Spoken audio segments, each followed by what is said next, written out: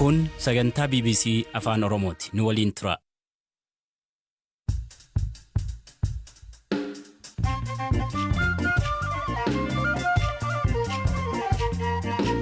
Akka mooltan dhaggeeffattoota keenya sagantaa raadiyoo BBC Afaan Oromoo eegalee jira. Isaan har'aaf qabanne keessa godina Booranaatti namootni dogdoqqeen tajaajila geejjibaa kennan gumurukaan jalaa fudhatamuu komachuu. Mootaan keenya armaan karaa birigaan keessatti hojjechaa maatii keenya bulfannaan haallu hin deemneen waan kan ishee bu'anii oduunitti himanii nuggatti dhufanii mootorri nurraa fuudhani. Itiyoophiyaan hidha haaromsaa guddicha marsaa sadaffaaf bishaaniin guutuuf qophaa'uu fi Masriin dhimmicha ammas gara mana maree nageenya UN'tti dhiyeessuuf kan jedhus qabna. Kan biraatiin naannoo kibbaa jala kan jiran manneen maree godinaalee fi aanaalee adda addaa godinaalee ollaa waliin naannoo hundeessuuf murtee dabarsaa jiraachuus gabaasa qopheessinee qabna. Oduu gaggabaabaa keessaa Iraan humna niwukileeraa waraanaa oomishuu qabaachuu dubbachuun ishee yaaddoo uumuus isinitti himna kan isiniif dhiyeessu Anzaala Lamtaaddisaati. Kan jalqabaatiin naannoo kibbaa jala kan jiran manneen maree godinaalee fi aanaalee adda addaa godinaalee ollaa waliin naannoo hundeessuuf murtee dabarsaa jiru. Dhiyeenya keessa naannichatti gaaffileen wal fakkaataan ka'aa turaniiru. Dhimma kana ogeessitti dhiyeenyaan hordofaa turan obbo Daagim Daallee turtii BBC waliin taasisaniin adeemsi kun qajeelfama paartii biyya bulchuu jalatti gaggeeffamuu waan qabudha jedhu. ደቡብ ክልል እንግዲህ ሲዳማ ከወጣ በኋላ መረጋጋት አልቻለምና naannoon kibbaa erga sidaamaa naannoof danda'ee ta'ee booda tasgabbaa'uu hin dandeenye. Kanaaf godinni harka caalaan naannoo ta'uuf gaafataniiru. Amma erga paartiin badhaadhinaa paartii tokko erga ta'ee booda bakka lamatti nu hundeeffamtu kan jedhuun sanada qopheessani. Akka sanada paartichaatti yeroo hedduu haala iccitii ta'een mari'adhaatii akka qajeelfama paartichaatti amansiisaa jedhani. Sanadni kun dhumarratti miseensonni paartichaa naamusaalee paartichaa kabajuu qabu jedha. Kana jechuun yoo ejjennoo paartichaa mormite dhiiftee baataa jechuudha. Kanaaf qajeelfama paartichaa jalatti mariin gaggeeffame. Naannoo lamaan ni hundeeffama jedhaman jalatti isa gadiirraa murtee godina Daraasheetu hafe. Isa olii keessaa immoo kan Guraageetu hafe. Amma qajeelfama paartichaan hanga miseensa isa gadaanaatti waliigalleerra jechuun mana maree isaanii duratti murteessaa jiru. Amma yoo kun ta'e naannoo kibbaa kan jedhamu hin jiraatu. Murteen naannoo ofii ta'uu kun yoo milkaa'e rakkoon adda addaa uumamuu danda'a kan jedhan obbo Daagim riifarandamii irratti yeroo hedduu rakkoon ka'u dhimma magaala guddittii filachuu akka ta'e himu. Yoo dhimmi jiru waliigalteerra ga'amee gara mana maree naannoo kibbaa dhufa. Achirraa gara mana maree federeeshiniitti dhufee booda gara boordii filannootti dhiyaatee riifarandamiin gaggeeffama. Yeroo riifarandamiin kun gaggeeffamutti yeroo hedduu rakkoon ka'u magaalaan guddittii eessa ta'a kan jedhu irrattidha. Amma waajjira dinagdee magaalaa tokko yoo goote tajaajilli kan biraa akkamiin ga'a kan jedhu gaaffii ta'a. Magaalaa guddichaa ni hirra kan jedhus jira. Kunis ammoo adeemsa rakkisaa fi walxaxaadha. Akka ilaalcha kootti naannoo miti kan rakkoo uumu. Hundeeffama naannoo diigdees dhiistees hanga bulchiinsi paartii tokkichaa jiraatetti bu'aa hin qabu. Yoo xiqqaate kan naannoo Sidaamaa saba tokkoo fi afaan ofiin bulchamuu waan danda'uuf adda addummaa argata. Kun garuu saboota hedduurraa gara saboota xixiqqoo hedduutti darbe. Kanaaf akka ilaalcha kootti homaa jijjiirama hin uumu. Waldhabdee jiru gara waldhabdee xixiqqaatti jijjiira jedhee yaada. Komiin jiru naannoo irratti qofa osoo hin taane fakkeenyaaf baajanni gara godinaa deemee seeraan hojiirra ni oola kan jedhu yoo ilaalte hin oolu. Dhimma aangoo hihiruu ta'eeti malee gaditti bulchiinsa gaarii fi misooma uummata bira ga'uun adda addummaa hin jiraatu.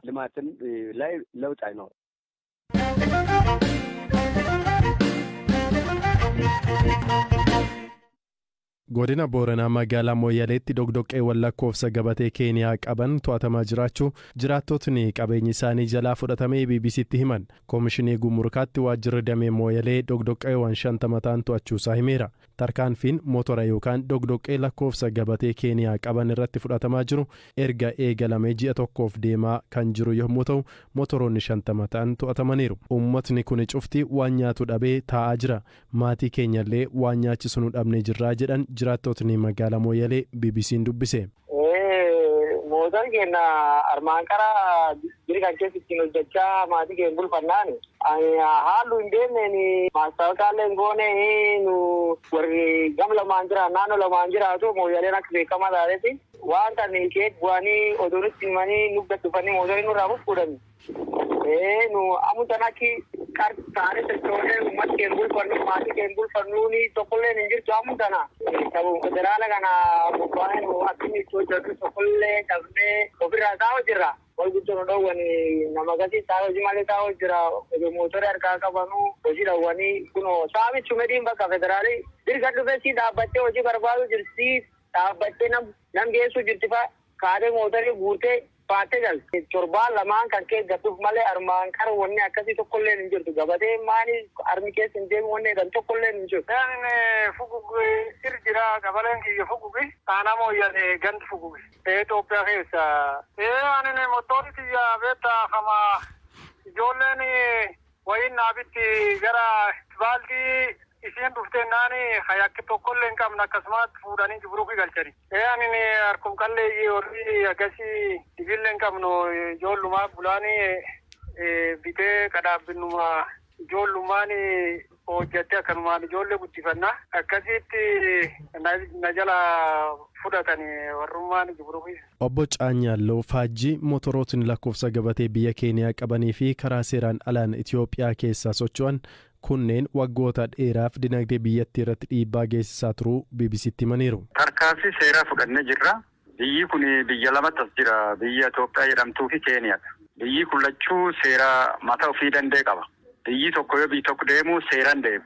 Fakkeenyaaf namni tokko Itoophiyaa irraa ka'ee Keeniyaa deemu paaspoortii qabaachuu qaba. Paaspoortii qofa osoo hin ta'in paaspoortiin kun sirrii ta'uusaa immigireeshiniin naannoo lamaan jiru cheeggachuu qaba. Fakkeenyaaf kaase kaan immoo kun immoo qabeenyi tokko yoo biyyi tokko irraa seenu tokkoffaa seera gumurukaa keessa deemee sanada gumuruka barbaadu hunda guutatee qaraxaaf taaksii kaffalee qabeenyi tokko biyyi tokko seenu. Yoo immoo karaa mootummaatiin illee eeyyam qabaate immoo eeyyamii ba'ee fi qaraxanata yookiin qaraxarraa bilisa jedhee mootummaa yoo fakkaate qofa yoo eeyyame qofa. Kan amma to'achuu jirru biyya keenya akka biyyaatti waligala mooyyalee qofa osoo hin ta'in boorderii hundayyuu seerii yeroo dheeraaf cabee akka kabajamu jedhee mootummaan kallattii ka'ee jira. Kallattiin kun qaxxitaa Xeqilaa Ministeera Ofiisarraa kaasee TV'n dhimma kana hordoftuu jira.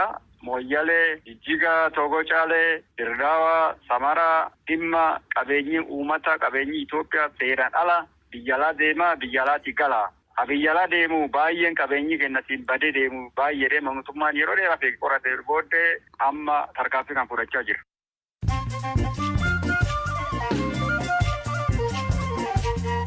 Kan dhaggeeffataa jirtan sagantaa raadiyoo BBC Afaan Oromooti. Amma oduuwwan gaggabaaboon isinitti hima. Sudaan dilbata kaleessaa yeroo jalqabaaf dhibeen Maaree Jaldeessaa Monkey Pox jedhamu nama tokko irratti argamuu ibsite. Dhibeen kun barataa ganna 16 naannoo lixa Daarfur irratti argame. Addunyaarraa namootni 21,000 dhibichaan qabamaniiru.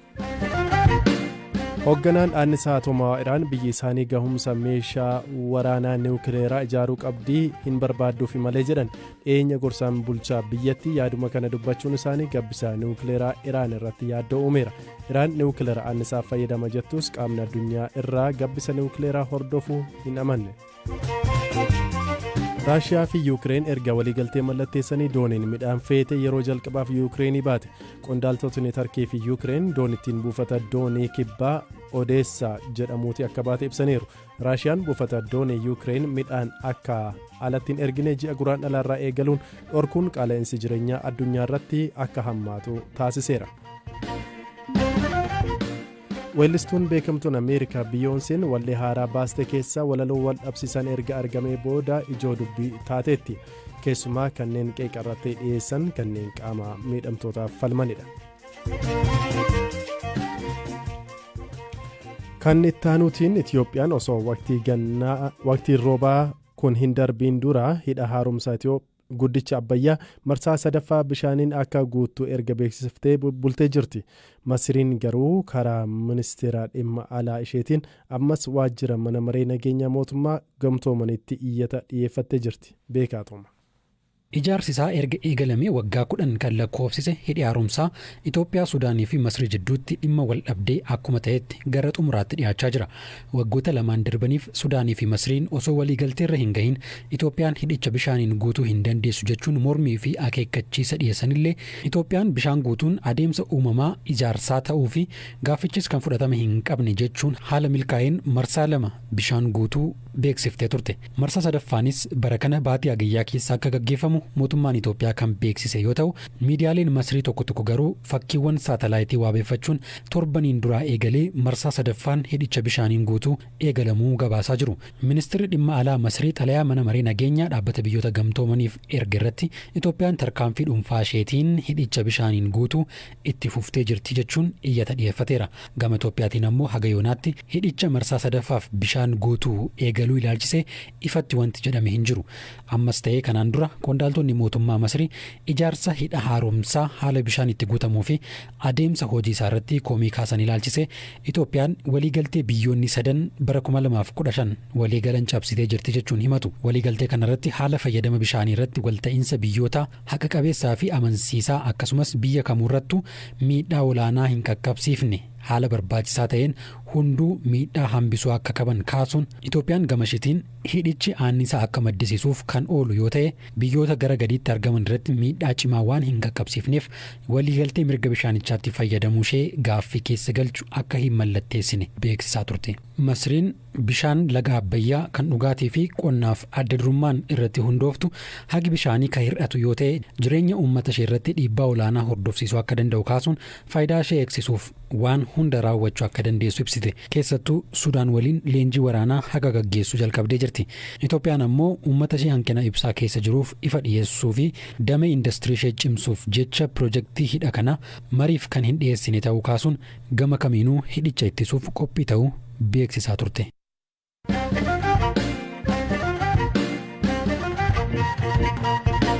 Kan itti aanuun gareen kubbaa miilaa dubartoota Ingilaand seenaa biyya isaanii waancaa injifachuuf waggoota 56 eegaa turte kaleessa haaressan. Waancaa Awurooppaa bara 2022 Ingilaand qopheessite gareen dubartoota Ingiliz mo'achuun biyya isaaniitti hambisaniiru. Kun erga gareen biyyaalessaa Ingilaand dhiirotaan bara 1966 waancaa addunyaa mo'ate kan jalqabaa ta'uu isaati. Firaafoolii dhugaasa. Gareen dubartoota Ingilaandii waancaa Awurooppaa injifachuun seenaa haaraa galmeessani. Gareen dubartoota Ingilaandii yeroo jalqabaaf injifannoo kana yeroo galmeessan akka waliigalaatti kubbaa miilaa dhiiraanis ta'ee dubartootaan Ingilaand erga bara 1966tii waancaa homaa injifattee hin beektu. Dirree Wembley irratti Jarmanii 2-1 injifattee waancaa kan mo'atte Ingilaand taphichi daqiiqaa 120 gaggeeffame. Gareen kubbaa miilaa dubartootaa Jarman yeroo 8 shaampiyoona ta'anii ture. Ingilaandiif galchii lameen kan lakkoofsan taphattoota jijjiirraan dirree seenan yoo ta'u Toonii fi Keelii jedhamu. Tapha garee biyyootii lameenii ilaaluuf deeggartoonni 87 dirree Wembley kan galan yoo ta'u kun seenaa kubbaa miilaa keessatti riikardii isa olaanaadha. Leenjistuun garee dubartoota Ingilaandii Sariinaa Wingman waggaa 5 dura deeggartuu ta'uun dirree seentee daawwachaa turte. Amma garee biyyaalessaa dubartoota Ingilaandii erga leenjisuu jalqabdee walitti aansitee mo'achuun seenaa haaraa biyyattii keessatti argamee hin beekne galmeessisteetti. Taphattoonni garee biyyaalessaa dhiiraa Ingilaandii deeggarsa dinqisiisaa garee dubartootaaf agarsiisaa turani. Bara darbee gareen biyyaalessaa Ingilaandii dhiiraa waancaa Awurooppaa Itaaliidhaan mo'amuun dhabani. Warri dubartootaa kana milkeessuun seenaa hojjetaniiru. Garee Ingilaand Lions jedhamuun beekamu keessaa Beet Mead taphattuu cimtuu dorgommii yeroo 2022 ta'uun yoo filatamtu galchii 6 lakkoofsisuunis badhaasa dabalataa argatteetti. Beet Mead kilaba Arsenaaliif taphatti. Injifannoo isaanii kanaafis giiftiin UK Elizabeth ergaa baga gammaddanii dabarsanii jiru. Kabajamtoota dhaggeeffattoota keenya sagantaa keenya osoo xumuriiwwan dura oduuwwan gabaaboo biraan isinitti hima. Itti aanaan itti gaafatamaa mana maree Suudaan bulchaa jiru Jeneraal Mohaammed Hamdan Hagaaloo fonqolchi mootummaa fi ministeera muummee siivilii biyyattii duraanii aangoorraa kaasuu bara darbe raawwate jijjiirama homaa biyyichaatti hin finnee jedhan.